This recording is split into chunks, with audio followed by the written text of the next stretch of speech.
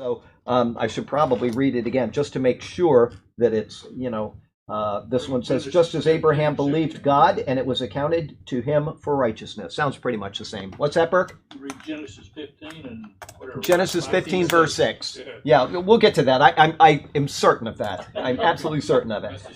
In the previous verse, Paul asked a question of the Galatians. That was verse 5 last week. Now in verse 6, and because of the obvious nature of a proper response, he skips the answer entirely. Instead, he simply moves into an illustration of the answer. The illustration is not from the time of the law, but rather from the time before the giving of the law. Okay, remember that. Abraham was here, the law was here, and then Paul is down here. So the law is something in between the two of them because Paul calls this the dispensation of grace. There you go. Okay, so there you go. So obviously, if he's going back to Abraham, he's going back to before the law. The illustration is not from the time of the law, but from before the giving of the law. Further, it involves the great man of faith to the Hebrew people, Father Abraham. And so in his illustration, he begins with just as Abraham.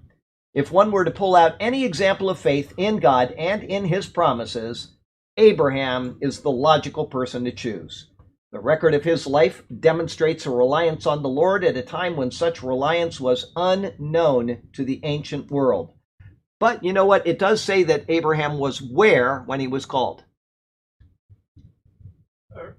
Ur of the Chaldeans, okay? And it even says, if I can find this, I don't know if I'm going to refer to it, but we want to make sure that we have our, and I'll probably say it later in Galatians, but I may not. So really quickly, let me see if I can find this. It's probably about Joshua 24. And I just want to make a point, so I don't want anybody to get upset at this and say blah, blah, blah. But his family was heathen.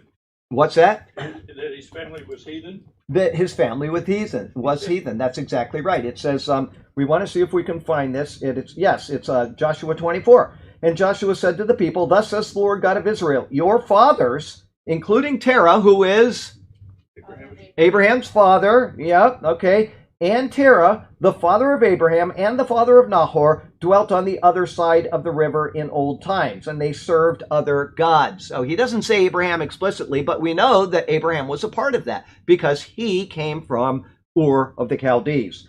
Okay, we'll go on a little bit. Then I took your father Abraham from the other side of the river. So we have kind of a play on words there if you know what the meaning of Eber is. That's the generation that did the moving. Okay, Eber means to cross over. That's his name. And the Hebrews come from Eber, and they are the ones that crossed over. Okay, so they crossed over from Ur. They crossed over the river, but they also crossed over spiritually because Abraham in Genesis 13 is called Abraham the Hebrew. Okay, so you have to kind of understand the puns, or I guess that's the best word for it that's going on. What? You got something in mind? Does that go back to Ham also, Eber? No. Ham is the son of Noah. Eber comes later. He's in the line of Shem. Shem. Yes. Okay. I just read that last night. Okay. Well, you just had too much reading, and your mind was jumbled up. Yes, jumbled up with it. But you're absolutely right. He's in the line of. Can we help you, ma'am? Oh, that's my mother. Oh, I'm sorry. I just saw I couldn't see who it was coming through the door. She's going to throw a sponge at Yes, she will throw a sponge at me. Okay, so anyway, so now we understand the context. Is that Abraham is the man of faith, but he came from a place of no faith. He came where they served other gods. Okay, that's Joshua 24. I think it was verses 2 and 3 if you want to go check that. Anyway, here we are. He's the logical person to choose. The record of his life demonstrates a reliance on the Lord at a time when such reliance was unknown in the ancient world.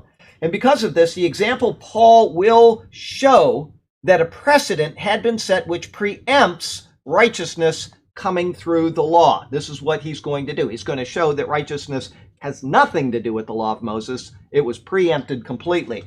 Instead, it says Abraham believed God, and it was accounted to him for righteousness. He believed, and he was declared righteous, okay? That's before the time of the law.